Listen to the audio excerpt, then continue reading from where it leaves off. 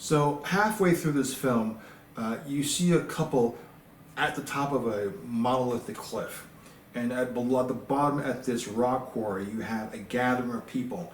And one of these individuals, one of the people of the community, has this giant mallet, twice the size of what Harley Quinn would normally carry.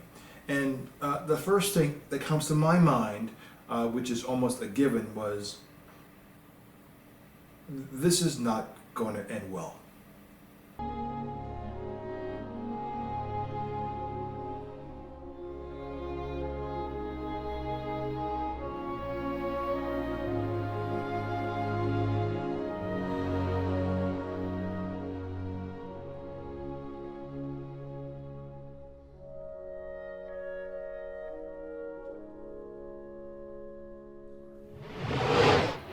Welcome everyone to the Pantheon. I am Ray, and today we're looking at director Ari Aster's sophomore feature-length film, Midsommar.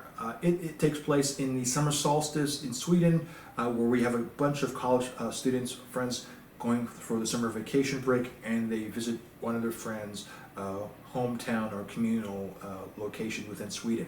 It's kind of an isolated area, and they have this summer solstice event annually, but every 90 years they have a very special event, and he's invited his friends to come join in this festivities. And some of them use this as time as part of their thesis, as a motivation to go to this event and explore this culture. The film is primarily a breakup film. Director Ari Aster was going through a personal breakup of his own, and this was sort of like a catharsis way of dealing with that sense of trauma, loss, grief of going through a breakup, guilt. Those are the simple emotions that go into any relationship, especially if you were one that was in a very deep union with somebody. Especially if the longer it is, the harder it affects you. And the idea of breakup and tragedy is in the opening act of this film. We have two characters. We have the character of Danny and Christian. These are the lovers who are going through a very strange breakup. So this is what Aster was going for. His breakthrough film, Hereditary, which was a brilliant movie, dealt with largely with loss and grief and the family dynamic of going through grief. This one is just a breakup movie. What I like about this, and I'll give this a similarity to Jordan Peele, who is a friend of Aster and saw a cut of this before this film got into the film festival market circuit. He gave this film great praise. I think he did an article in Rolling Stone or Variety, and just said how wonderful this piece is. And it is. It's an operatic sentiment of a breakup, the way it is portrayed. And what I like about Peele and Aster is that their films are not the traditional horror films. This one is a folk horror genre, subgenre of storytelling. But with Peele and with Aster, their films are not necessarily horror films. They kind of break the mold of the traditional tropes of what horror is. There is no monster in the closet. There's no monster chasing them.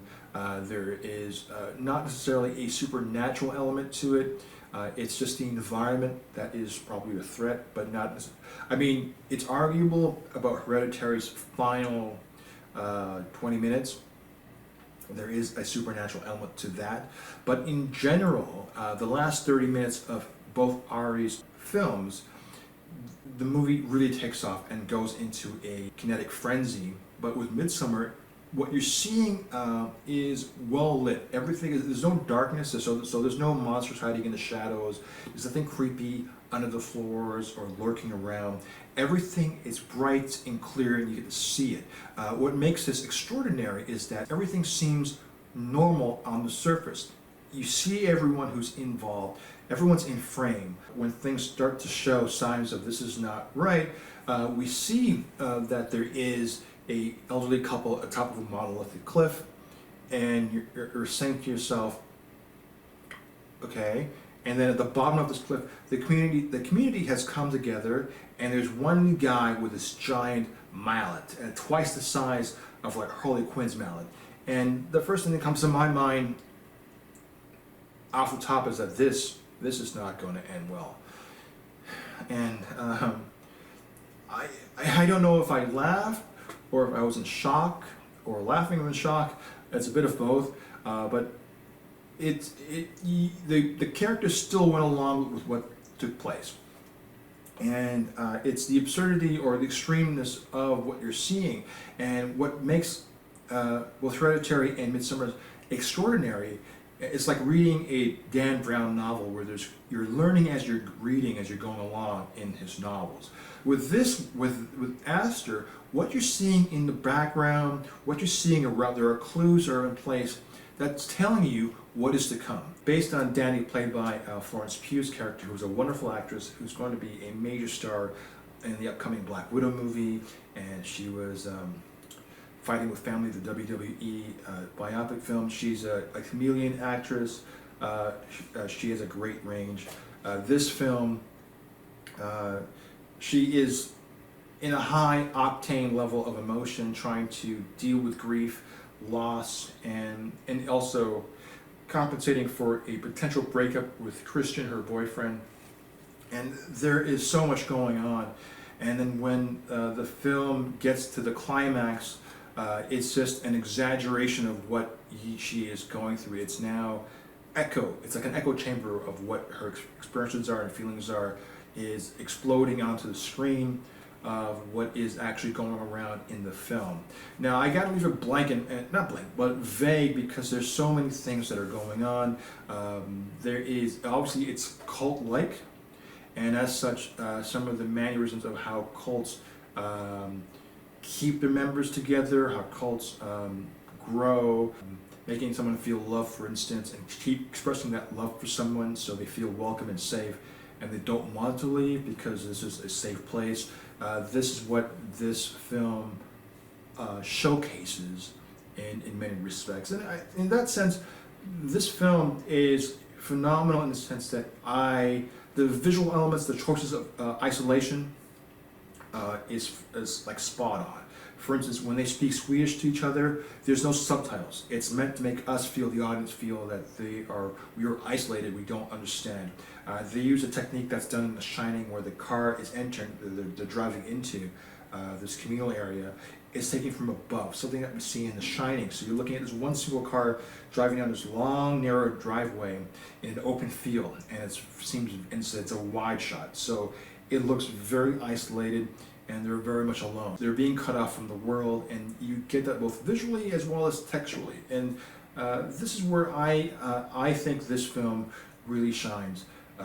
Aster has put a lot of effort into showcasing the horror elements of it in a way that doesn't necessarily trigger the red flags in your mind, but gradually descends you into something. It gives you the clues of what's to happen, and when they unfold, there are triggers that remind you, oh yeah, I did see this, and I know where this is going, as it's unfolding in real time. So it doesn't follow any kind of entropy where you're going into the mouth of madness, but it's a gradual descent, and when things get too far and get too lost, or the point of no return is finally realized, it becomes too late. And even then, they try to be as understanding to the differences of a culture as they can, to be accommodating,